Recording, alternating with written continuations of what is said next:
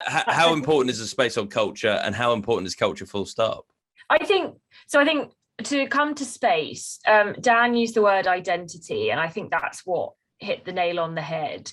Is if the office environment physically gives a sense of identity, then absolutely that's driving a sense of belonging. But you can do that in a completely remote way, and and I actually really hate the word hybrid, but let's go with hybrid way, by creating a sense of community and social bond that builds that over time. And you can do that with people in the office and at home and in a connected way. But that requires, as I said before, and I feel like I'm repeating myself to a certain extent, individuals to feel like they are self-managed and empowered to do it. So how do you create really autonomous systems in the organization?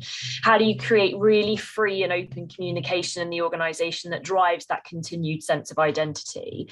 And how do you really then kind of decentralize authority in a formal and systematic way so that it starts to allow people to feel a connection wherever they are? And you use the analogy of football stadiums, which actually is close to my heart, because I wrote a blog post on it recently about why do football fans stay true to a football team for their whole life, and people don't in organizations. What is it that's driving that? And I wouldn't argue that it's because they go to the stadium and feel the sense of, whoa, yeah, they do it because of everything else. And the trust in the team and the trust in the manager, or the lack of trust in a manager, if you're like my father who supports Manchester United. But I think that is deeply important, that there's a sense of trust, connection and belonging. And you can do that regardless of whether you're in or out of an office, but it's how you look at the full system and allow people to have the autonomy to be able to connect and do that. I probably am not the best person to ask about my subjective view, because personally I don't feel any sense of identity to my office, because I was literally in it for about 2 months before I ended up being remote.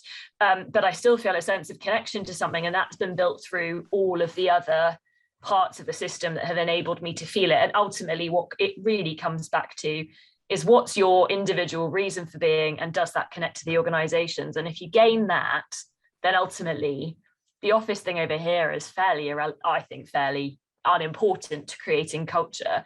So to coming to your other question, does culture exist, or does it need to exist? So the question is more about like looking at generations, which is always a bit of a dangerous game to play when you look at generations and try and do a nice sweeping generalization of them. But generally speaking, are people coming into the workforce as concerned with something like culture as, you know, the several generations prior, where, you know, the big brands and the big employers had a kind of real draw, but now, you know, whether it's because everything's more digital and easy, and transient was the word I was looking for, by the way. Transient. That's the one. So I think people are, to go back to our conversation earlier on sustainability, I think people are, and I wouldn't say it's generational.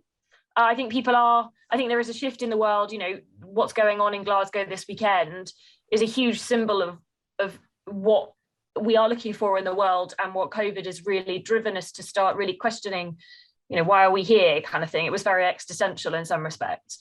And I think as an organization, that's what people are, or certainly that's what I'm seeing in my world, is people are looking for connection and belonging and purpose that is doing good in the world in some way, and organizations need to be able to tell their story. So I think a very important part of the new hybrid world is organizations really being able to nail the narrative and the story about why they're here and what they're doing, and then be able to back that up in the operating model around that being lived and breathed in every single moment, whether that is in an office, at home, on the moon.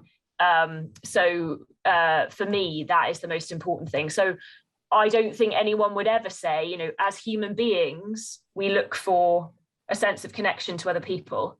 So for me, that's what culture is all about. Yeah. And if you can nail that as an organization, then you're likely to make people want to stay because they feel like they belong. You know, we started in tribal communities as cavemen, and we haven't really progressed that much evolutionary to get there. So for me, that's what is the most important thing towards culture.